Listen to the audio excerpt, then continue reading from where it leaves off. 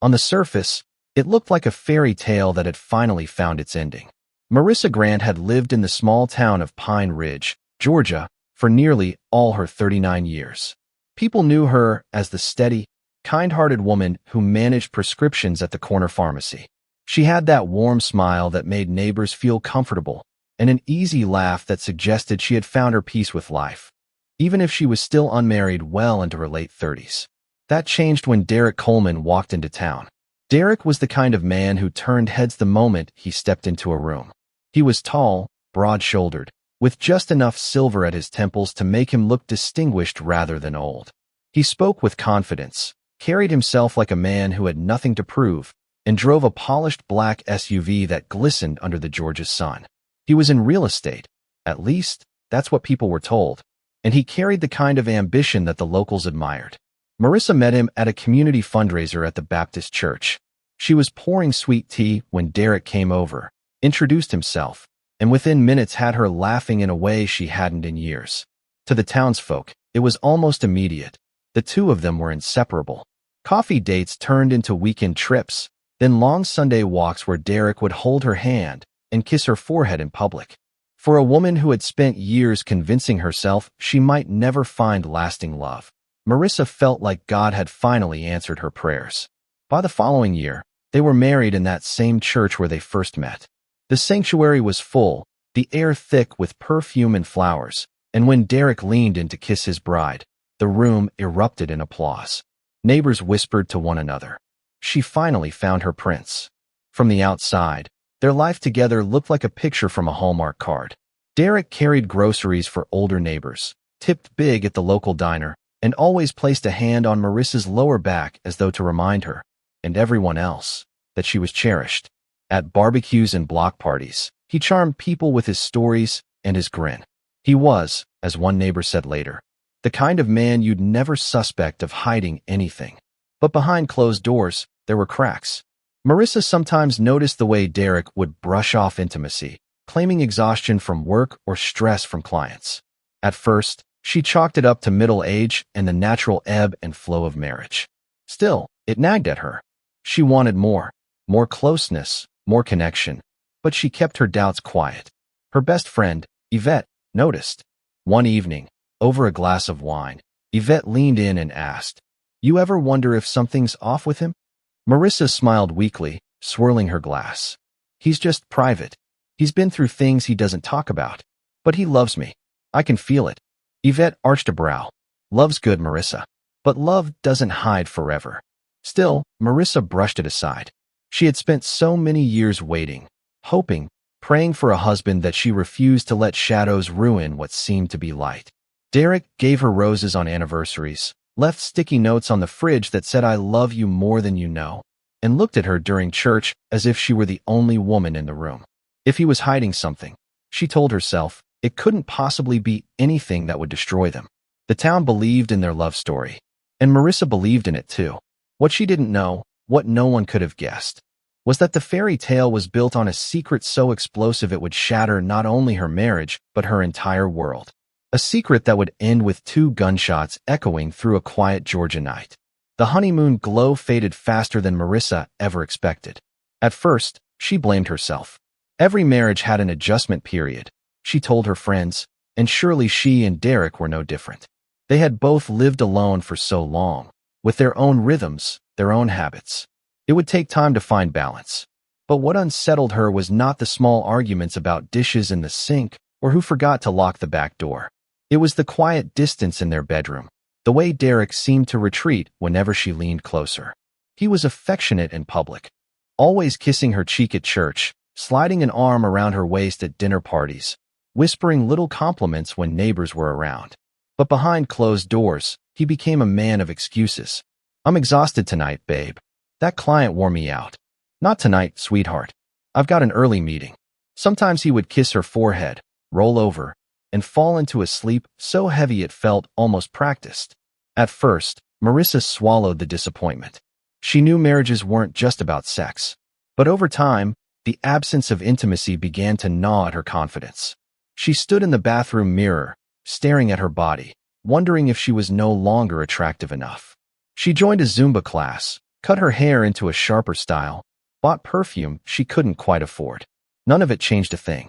One night, frustrated and aching for honesty, she tried again. "Derek," she whispered in the dark, her hand resting on his shoulder. "Do you still find me attractive?" His back stiffened. "Marissa, don't start. I just want to know. Because it feels like you don't." He turned sharply, his voice low and edged. "I work my ass off to give us a good life. I don't need to justify myself in bed." The words stung.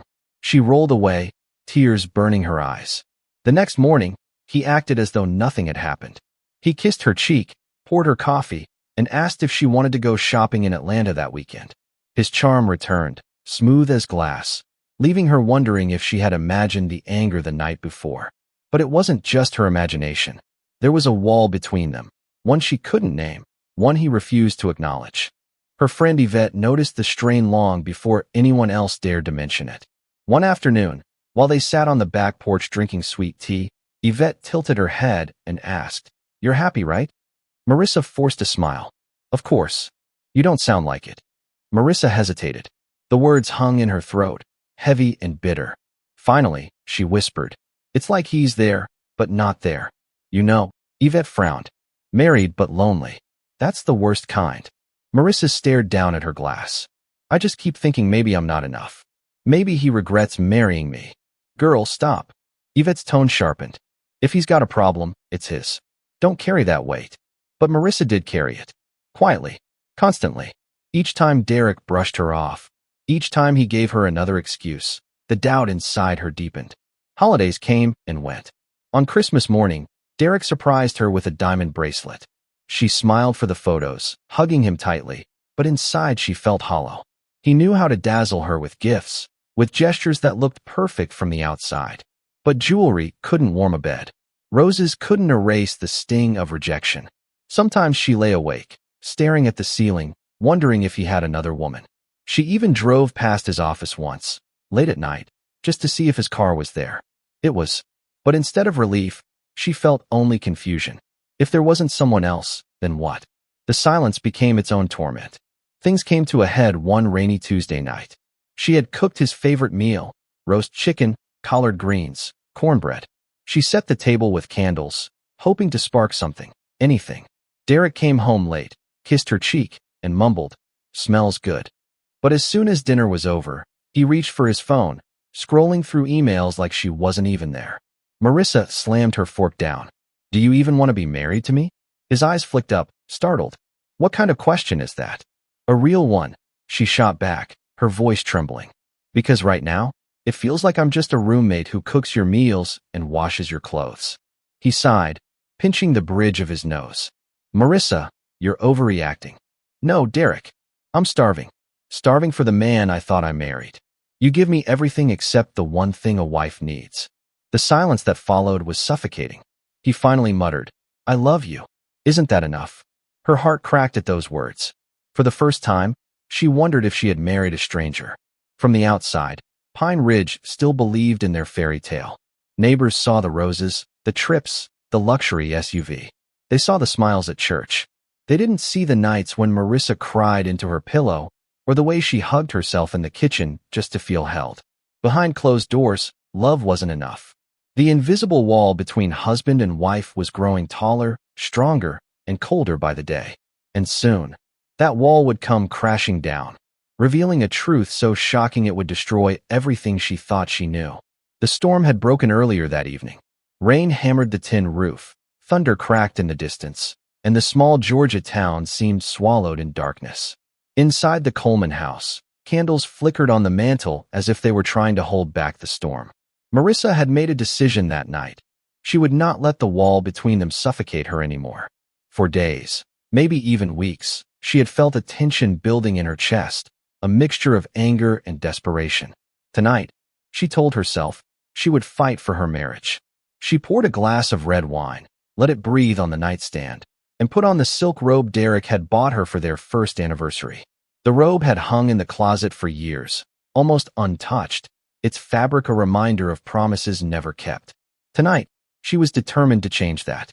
When Derek came home, drenched from the rain, she greeted him with a soft kiss. He looked surprised, but not displeased. "Dinner's ready," he asked, shrugging off his jacket. Later, she whispered. I thought we might start with dessert. For the first time in months, his eyes softened. He let her guide him to the bedroom. At first, it felt like the old days, when everything was new, when she believed love alone could carry them. He kissed her, touched her, let the wine smooth away the edges of their distance. For a fleeting moment, Marissa felt hope stirring inside her chest. Maybe, just maybe, they could break through the silence that had haunted their marriage. But then it happened.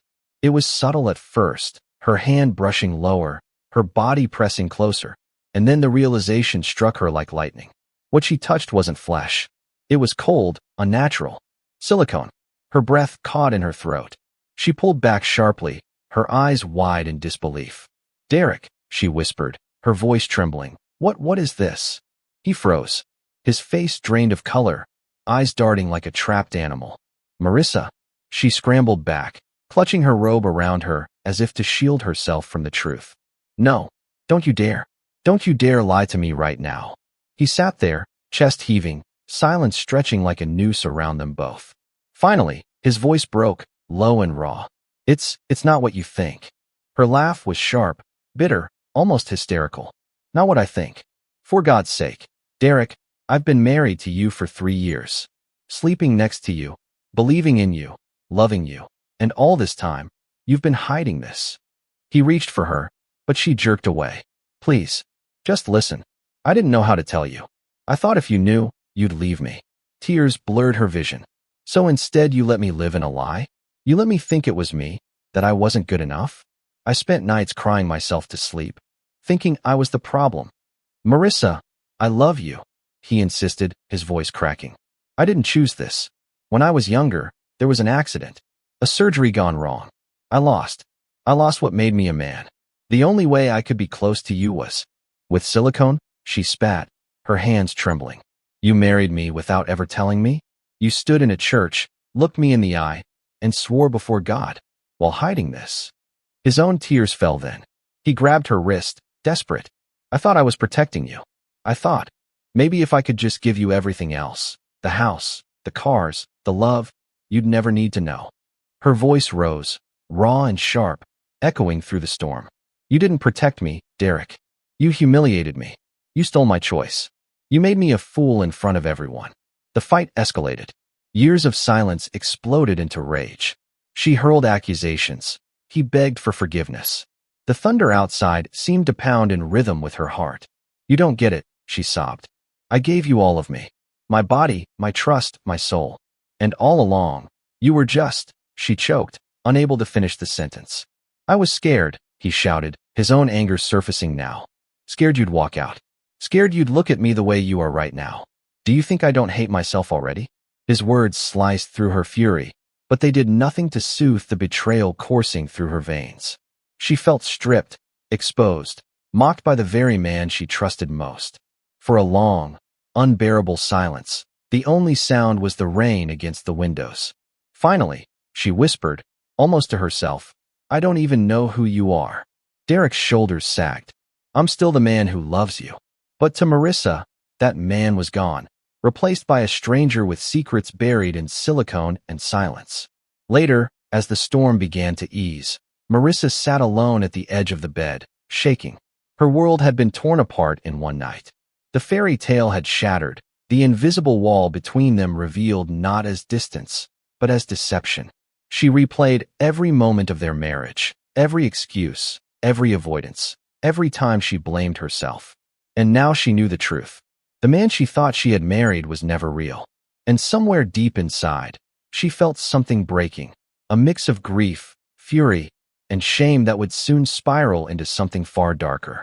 The storm outside had quieted, but inside the Coleman home, it raged louder than ever. Marissa stood by the window, her arms wrapped tightly around herself, her silk robe clinging to her trembling frame. She couldn't look at Derek. Every time she tried, her stomach twisted with betrayal. He sat on the edge of the bed, head in his hands, whispering words she couldn't bear to hear. Please, Marissa. I never meant to hurt you. She whirled around, her voice sharp as broken glass. Never meant to hurt me? You let me believe this marriage was real. You let me carry the shame, thinking I wasn't enough. And all along, You were living a lie. Derek lifted his head, eyes bloodshot, jaw tight. It wasn't a lie. Everything else was real. The dinners, the trips, the way I held you, the way I loved you. Loved me? She laughed bitterly, tears spilling down her cheeks. Love without truth is nothing. You built our whole life on deception. Do you know what that makes me feel like? A fool. A damn fool. She pounded her fist against her chest, as if to beat the pain out of herself. Do you know how many nights I cried? Thinking I wasn't woman enough for you? That I was broken? You let me drown in that. And you said nothing. Derek stood now, his own anger breaking through. Because I was drowning too. You think it was easy for me to hide this? To live with the shame every single day? Do you think I wanted this life? I did what I had to do to keep you. Because I couldn't lose you, Marissa. Not you. Her voice shook with rage. You didn't keep me, Derek. You trapped me. You didn't give me a choice. The room pulsed with tension. Both of them trembling, both of them raw. Derek stepped closer, his tone softening. I know I should have told you. But can't you see? I was terrified. I thought you'd leave me. And She shoved him back, her eyes blazing. You're right. I would have left. Because this isn't what I married. I married a man. Not a secret. Not a stranger. For a moment, he looked shattered, his shoulders slumping. Then, almost defiantly, he straightened. Maybe I was wrong to hide it. But I am still your husband. I still love you. And deep down, you still love me. Her answer was a cold, hollow whisper. I don't know who you are anymore. The fight spiraled. They circled the room like adversaries in a ring, voices rising with every round. You lied to me every single day, she shouted. I was trying to save us, he fired back.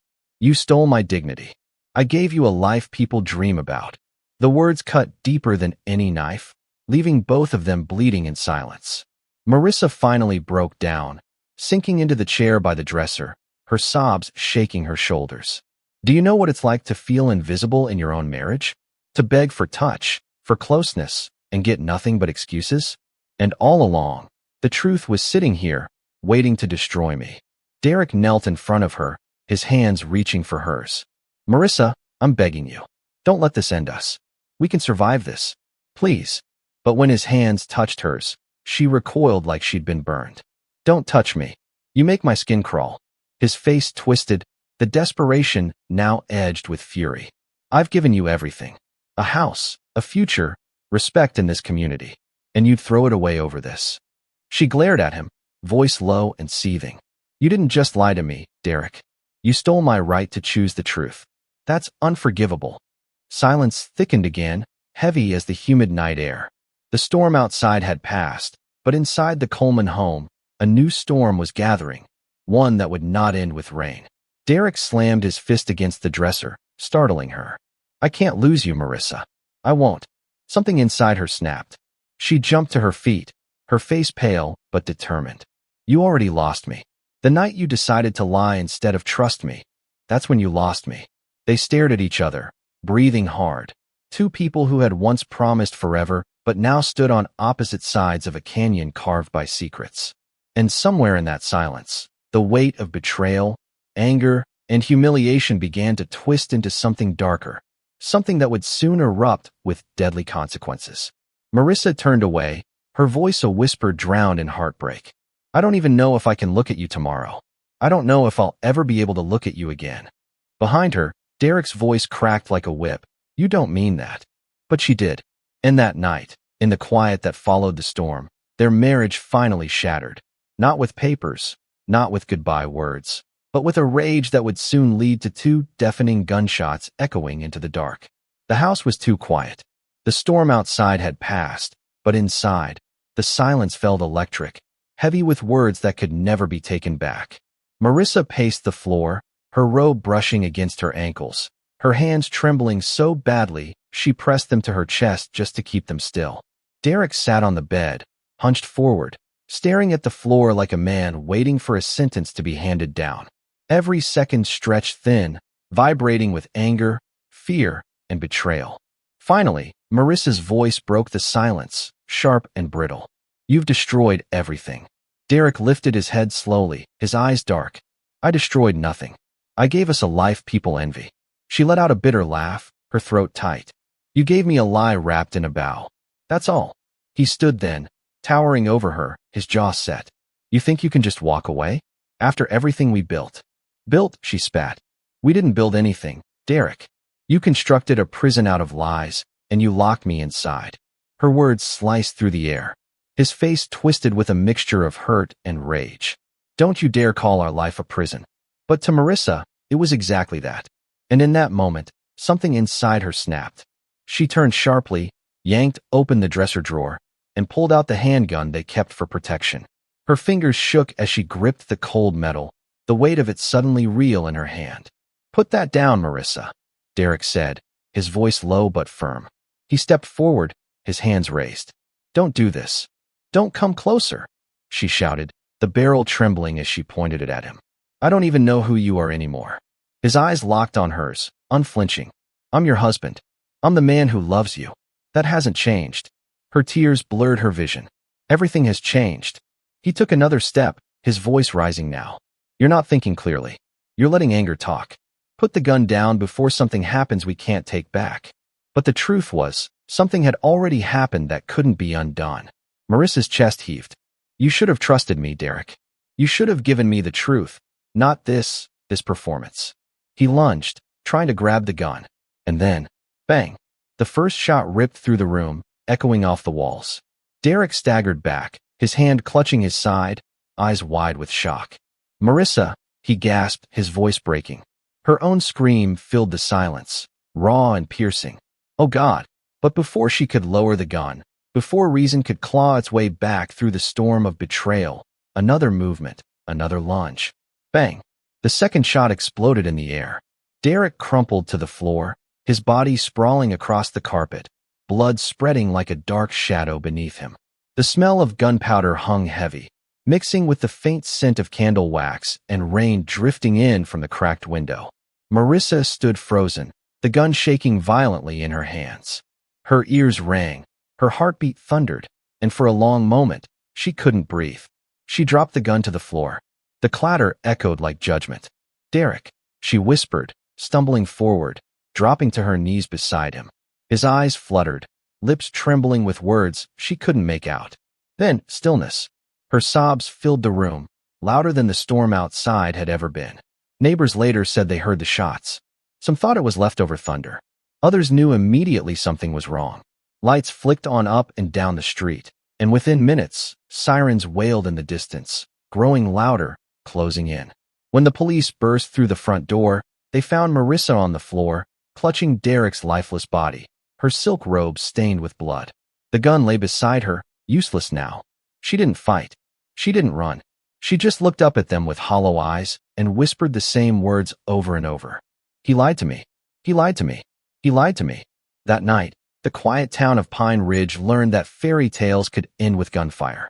The couple everyone believed in, the marriage they envied, was gone in an instant, shattered by secrets too heavy to bear. 2 shots had echoed through the night, and nothing in Pine Ridge would ever be the same again. Blue and red lights washed across the front lawn of the Coleman house, painting the white siding in flashes of emergency.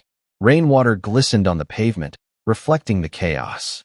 The storm had passed, but the night was alive with sirens, radios crackling, and the heavy footsteps of officers rushing inside. Neighbors gathered on porches in their pajamas, arms crossed against the cool air, whispering in disbelief. No one had ever seen police cars swarm the Coleman's house. To Pine Ridge, Derek and Marissa had been the golden couple, the proof that second chances at love were possible. But now, the fairy tale looked more like a nightmare. Inside, the scene was frozen in horror. Derek lay motionless on the bedroom carpet, the pool of blood spreading wider with each passing second. Marissa knelt beside him, her silk robe soaked crimson. The gun lay discarded just a few feet away, glinting under the harsh beam of a flashlight. "Ma'am, step back. Step back," an officer barked, rushing forward with his weapon drawn. Marissa didn't move. She clutched Derek's shirt with trembling hands, rocking slightly as tears streamed down her face. Her voice came in broken gasps. "He lied to me. He lied to me." 2 officers pulled her gently but firmly away, securing her wrists with cuffs. She didn't resist. Her body sagged like a puppet with its strings cut, her sobs echoing through the room. Detective Marcus Hill arrived minutes later, his trench coat damp from the rain, his expression hard but tired. He had seen death before, murders, accidents, suicides, but this one felt different. This was Pine Ridge. These were people he knew by name.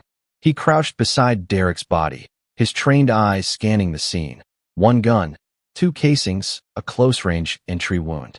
No sign of struggle beyond the chaos of the fight that had clearly erupted before the shooting. Standing, he turned to the officers. Get the crime scene unit in here. Bag the weapon. Secure the perimeter. And for God's sake, keep the neighbors out. He glanced at Marissa, now seated in the corner, her hands cuffed behind her back, her face pale and streaked with mascara. She looked up at him, eyes hollow, and whispered, I didn't mean. He lied. Detective Hill felt the weight of those words. Lies. Secrets. That was usually where tragedies like this began. By midnight, the house was crawling with investigators. Cameras flashed, evidence markers dotted the floor, and officers collected every detail. Wine glasses, the silk robe, the still-burning candles that had witnessed everything. Marissa was escorted out through the front door, head bowed, as the crowd of neighbors gasped. Someone shouted, Lord, have mercy. Another woman covered her mouth, whispering, I can't believe it. Not Marissa. She was placed in the back of a squad car, the rain-slicked window fogging slightly from her breath. She sat in silence, staring straight ahead, as though her life had already ended inside that house. At the station, she was led into a cold interrogation room. The cuffs came off, but the weight on her wrists remained. Detective Hill entered with a folder in hand, pulling out a chair across from her. Marissa, he began gently, I need you to tell me what happened tonight. Her lips trembled. He wasn't who I thought he was. What do you mean? She hesitated, her eyes darting to the ceiling, the table, anywhere but his face. Finally, she whispered, he wasn't a man. Not the way I thought. He had silicone. He lied to me for years. Detective Hill kept his voice calm, though his mind raced. And when you found out, you grabbed the gun? I didn't plan it, she sobbed. I just wanted him to see what he'd done to me. I wanted him to know how much it broke me. But then he tried to grab it. And, I swear, I didn't mean for it to go off. Hill scribbled notes, his eyes narrowing. 2 shots, Marissa. That doesn't sound like an accident. Her shoulders shook violently. He came at me again. I panicked. I thought he'd never stop lying, never stop controlling me. I couldn't breathe. And then it was too late. Word spread quickly through Pine Ridge. By dawn, the news was everywhere. Local woman shoots husband in their home. The whispers in town shifted from shock to speculation. Some defended her, calling her a victim of betrayal. Others condemned her, insisting no lie could justify taking a life. At the Coleman house, yellow tape fluttered in the morning breeze. The fairy tale home had become a crime scene. Reporters began circling, hungry for details, while friends and neighbors replayed every memory of Marissa and Derek, searching for signs they might have missed. Inside the station, Marissa sat alone in her cell, the events of the night looping endlessly in her mind.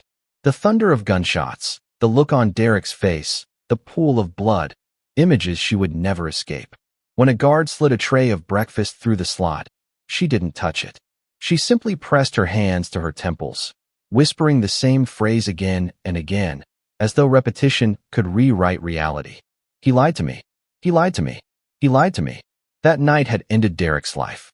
But for Marissa, it was only the beginning of another kind of sentence, one written not in prison bars, but in the unrelenting weight of betrayal, grief, and guilt that would follow her into the courtroom.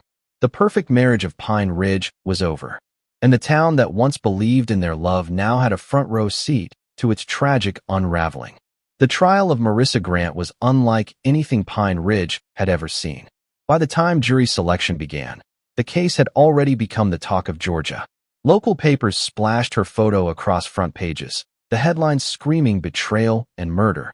News vans lined the courthouse steps, reporters jostling for space, cameras flashing each time Marissa was escorted inside in her plain navy dress, her wrists bare, but her expression haunted. The prosecution painted her as a cold-blooded killer, a woman who chose bullets over truth. The defense insisted she was a broken wife, driven to madness by years of deception. And in the middle sat the jury, 12 ordinary citizens now tasked with deciding whether a lie could ever justify a life. Prosecutor Paul Harrington wasted no time setting the tone. In his opening statement, his voice cut through the courtroom like steel. Ladies and gentlemen of the jury, the facts are simple. Derek Coleman is dead because his wife fired 2 shots into him at close range. This was not an accident. This was not self-defense. This was murder.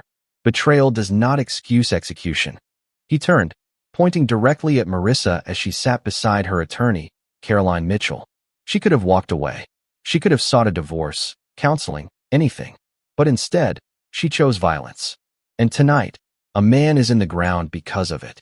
Marissa lowered her eyes, her hands clenched tight in her lap. When it was Caroline's turn, she rose gracefully, smoothing her navy skirt, and faced the jury with calm conviction. What the prosecution won't tell you is what it feels like to live inside a marriage of secrets. What it feels like to beg for truth and be given silence. What it feels like to carry the crushing weight of thinking you are the problem, when all along, the man you love has built a world on lies. She walked toward the jury box, her voice lowering. Marissa Grant is not a cold-blooded killer. She is a woman who was pushed past her breaking point, a woman who acted in the heat of emotional devastation. And that, ladies and gentlemen, is not murder. That is tragedy. The courtroom hung on every word. Witnesses began to take the stand. The medical examiner described the 2 gunshot wounds, each delivered at close range. The ballistics expert confirmed the weapon was fired twice, consistent with Marissa's confession. Harrington leaned into these details, hammering home the idea that she had time between shots to stop, to reconsider, to let reason prevail. But the defense countered with their own witnesses. Yvette, Marissa's lifelong friend, testified with tears streaming down her cheeks. She used to call me at night, crying. She thought she wasn't good enough for him. She thought she was broken. But it wasn't her, it was his lies. He broke her spirit. He humiliated her without even knowing it. Harrington pounced during cross-examination. And humiliation, Ms. Howard, is that a reason to take a man's life? Yvette shot back, her voice trembling but firm. It's not about humiliation. It's about years of pain. You weren't there to see it eat her alive. The courtroom buzzed with murmurs until the judge's gavel slammed down. When Marissa herself took the stand, the atmosphere thickened with anticipation. She walked slowly to the witness chair, her hands shaking as she raised them to be sworn in. Caroline guided her gently, reminding her to breathe. Marissa's voice quivered at first, but soon the dam broke. She told the jury about the years of excuses, the loneliness in her own bed, the endless nights of wondering if she was unlovable. She described the moment of discovery, how the silicone felt in her hand, how the truth had ripped the ground from under her feet. I felt like my entire life was a joke, she whispered, her tears falling freely. Like I was married to a mask, not a man. And when I looked at him that night, all I could see was betrayal. I wasn't thinking straight. I was drowning. Caroline leaned in softly. Marissa, did you mean to kill your husband? Marissa shook her head violently. No. God, no. I just wanted him to understand. I just wanted the truth. But then, the gun went off. Twice. And I can never take it back. The jurors watched intently, some shifting uncomfortably, others blinking back emotion. When Harrington rose for cross-examination, the room tensed. He walked slowly toward her, his voice cool and deliberate. Mrs. Grant, you say you didn't mean to kill him. Yet you fired not 1, but 2 shots. After the first shot, when Mr. Coleman was already wounded, why pull the trigger again? Marissa's face crumpled. Because he came at me. Because I panicked. Because I wasn't myself anymore. Or, Harrington pressed, leaning closer. Because you wanted to make sure he was dead? Her sobs filled the silence, and Caroline objected, but the damage was done. Harrington had planted the seed of intent. Day after day, the courtroom wrestled with the case. Experts debated whether Marissa's actions were premeditated or impulsive. Psychologists testified about the effects of long-term deception, how it could shatter a person's mental stability. Neighbors testified about how perfect the couple seemed, how shocking it was to imagine Marissa pulling the trigger. And all the while, the town of Pine Ridge was divided. Some whispered that she deserved life in prison. After all, Derek was the victim, regardless of his secrets. Others whispered just as fiercely that she had already suffered more than enough, that Derek's deception was its own kind of violence. Closing arguments brought the courtroom to a boiling point. Harrington's voice thundered as he stood before the jury. This case is not about lies. It's not about betrayal. It's about choice. Marissa Grant chose to pick up that gun. She chose to fire not once, but twice. And now Derek Coleman is dead. If we start excusing murder because someone lied, where does it end? Justice demands a guilty verdict. Then Caroline stood, her voice quiet at first, then growing with passion. Justice is not blind to pain. Justice is not deaf to the sound of a woman breaking under the weight of lies. Marissa didn't choose this betrayal. She didn't choose to carry the shame he placed on her shoulders. She didn't plan to kill her husband. She reacted, in a moment of devastation, the way any human might when stripped of truth and dignity. Do not punish her for being human. Punish the deception that drove her there. The jury was left in silence, torn between two versions of the same night, murder or tragedy. When the judge dismissed them to deliberate, the town held its breath. Hours stretched into the evening as the courthouse lights burned against the dark. Families lingered outside with coffee in hand. Reporters whispered into cameras, and inside, Marissa sat alone at the defense table, her eyes fixed on the crucifix above the judge's bench, whispering prayers only she could hear. Finally, just before midnight, the jury returned. The foreman stood, his hands trembling slightly as he unfolded the slip of paper. The judge asked the question. The answer would change everything. We, the jury, find the defendant. The courtroom erupted in gasps before the words were even finished, the air charged with the weight of a verdict that would echo through Pine Ridge for years to come. The foreman's voice trembled as he read the verdict aloud. We, the jury, find the defendant, Marissa Grant, guilty of voluntary manslaughter. The words struck the room like thunder. Gasps rippled across the gallery. Some people clutched their chests. Others shook their heads. Reporters scribbled furiously, cameras flashing as if trying to freeze the moment in time. Marissa's body jolted as though the floor had fallen beneath her. For a second, she looked confused, as if she hadn't heard correctly. Then her face crumpled, and she buried it in her hands, sobbing quietly into the folds of her dress. The charge was not murder. It was not life without parole. But it was still a conviction, still a declaration that she had taken a life and must pay for it. The jury had spared her the harshest sentence, yet condemned her all the same. Across the aisle, Derek's family wept openly. His sister clutched a framed photo of him, whispering through tears, he didn't deserve this. His mother shook her head, her grief etched into every line of her face. To them, the verdict felt like salt in an open wound. Judge Harold Benton thanked the jury for their service, his voice heavy with solemnity. Then he turned to Marissa. Mrs. Grant, the jury has spoken. Sentencing will be scheduled, but for now, you are remanded into custody. The gavel came down with a sharp crack. Just like that, the trial that had gripped Pine Ridge was over.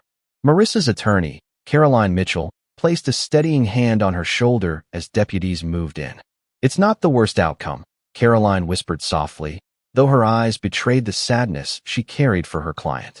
You'll have a chance to rebuild one day. But Marissa could barely hear her. All she could think about was the two shots, Derek's eyes staring up at her in shock, and the life she had destroyed with her own hands. The deputies pulled her to her feet. Her legs wobbled beneath her, but she managed to stand. As she was led past the gallery, she caught the eyes of Yvette, sitting in the front row, tears streaming down her face. Her best friend mouthed the words, "I'll be here," but Marissa wasn't sure there would ever be enough left of her to hold on to. Outside, the courthouse steps were a frenzy. Reporters shouted questions into the night air. Marissa, do you feel justice was served? Do you regret what you did? Was it murder or self-defense? But she kept her head low, shielded by deputies, the weight of her shame pressing her toward the ground. Pine Ridge was a different town now. Once, people spoke of the Colemans as a symbol of hope, a love story that had bloomed late but beautifully. Now, their names were whispered in hushed tones, attached to words like scandal, betrayal, and blood. Some said Marissa deserved more time, that she had executed her husband in cold blood. Others swore she had already paid the ultimate price by losing the man she loved, no matter how flawed that love had been.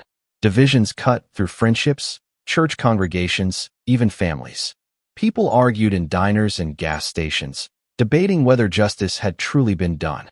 Weeks later, at the sentencing hearing, the courtroom was once again full.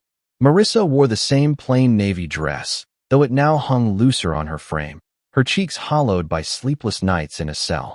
When asked if she wished to speak, she rose slowly, gripping the wooden podium with trembling hands. Her voice was soft, but every word carried through the room. I know nothing I say will bring Derek back. I know I've taken a son, a brother, a man people loved, and I will live with that for the rest of my life. But I want you to know, I didn't hate him.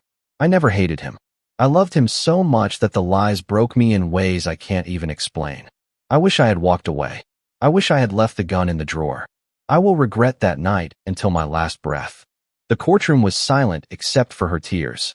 Even some who despised her felt a pang of sorrow at the broken woman standing before them. Judge Benton adjusted his glasses, his voice grave.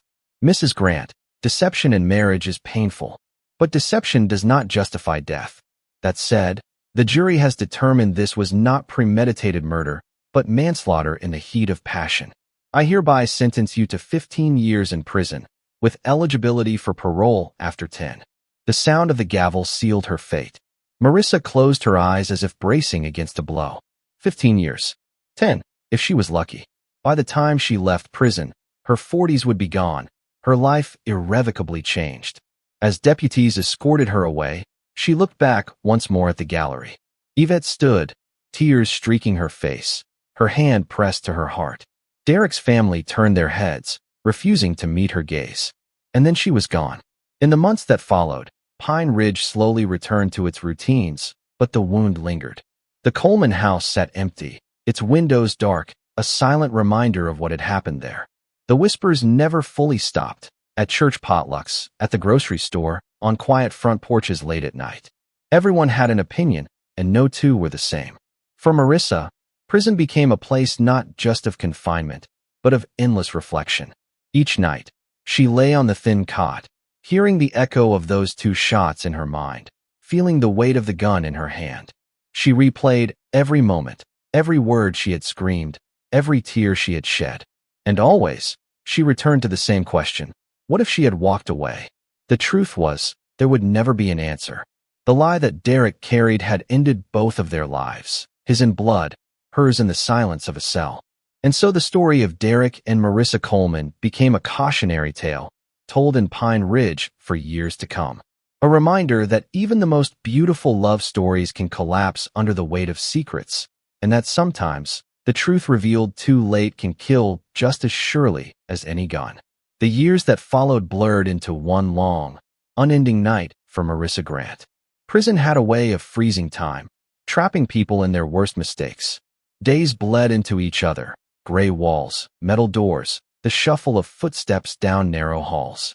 Yet no matter how heavy the routine, nothing could weigh more than the memory she carried. 2 gunshots echoing in the silence of her bedroom, and the look in Derek's eyes as he fell. She learned quickly how to survive inside. Keep your head down. Choose your words carefully. Stay out of fights. But even among hundreds of women with stories of their own, Marissa stood apart. She was the woman who had killed her husband, the woman whose trial had filled every local headline, the woman whose story was whispered about even behind bars. Sometimes, when the nights were quiet and the guard's footsteps faded, she would press her palms to her face and weep, not just for Derek, not just for herself, but for the life they might have had if truth had been spoken sooner. Back in Pine Ridge, life moved on, though not without scars. The Coleman house was eventually sold, but neighbors still slowed their cars when they passed by, pointing to the bedroom window where the lights had once burned late into the night. At church, prayers were whispered not only for Derek's grieving family, but for Marissa too, though never aloud in the same breath. The town had split down the middle and never fully healed. Derek's family visited his grave often. His mother laid fresh flowers every Sunday, whispering the same words into the breeze. You didn't deserve this. To her, there would never be forgiveness, only loss. Yvette, Marissa's best friend, wrote letters every month. She told Marissa about the seasons changing, about neighbors moving away, about how the town still argued over what had happened. Some say you're a monster, one letter read. But I know better. I know you were broken long before you ever touched that gun. Marissa clutched those letters like lifelines, proof that somewhere outside those walls, someone still believed she was more than her worst mistake. Time passed. The world outside kept spinning. Pine Ridge welcomed new families, built new homes, celebrated new weddings. But the shadow of the Colemans lingered. Their story became a cautionary tale parents told their children. How secrets can destroy, how lies can fester, how love without truth can become deadly. When Marissa was finally granted parole after 10 years, her release barely made the local news. The cameras had long since moved on to fresher scandals, newer tragedies. She walked out of the prison gates thinner, grayer, her shoulders stooped by the weight of a decade's worth of regret. Yvette was there to greet her, arms open, tears streaming down her face. But freedom didn't feel like freedom. It felt like walking into a world she no longer belonged to. Pine Ridge had grown older without her. The pharmacy where she once worked had new owners. The church where she married Derek had been renovated, the pews replaced. Even the streets seemed different, though perhaps it was Marissa herself who had changed. She rented a small apartment on the edge of town, away from the whispers, away from the glances. She rarely went out, except to buy groceries or sit quietly at the park, watching children play and wondering if she would ever be able to forgive herself. Every night, she lit a single candle on her windowsill. She said it was for Derek, but in truth, it was for both of them, for the love they had once shared, for the lies that had poisoned it, and for the gunshots that had ended it all. The town would always remember the Colemans, not as the couple who inspired envy, but as the couple whose story ended in betrayal and blood. Their names became a reminder of how fragile trust can be, and how easily silence can turn into a storm. And for Marissa, the lesson was carved deep into her soul, that love without truth is not love at all, but a shadow. And when shadows grow long enough, they can swallow even the brightest flame.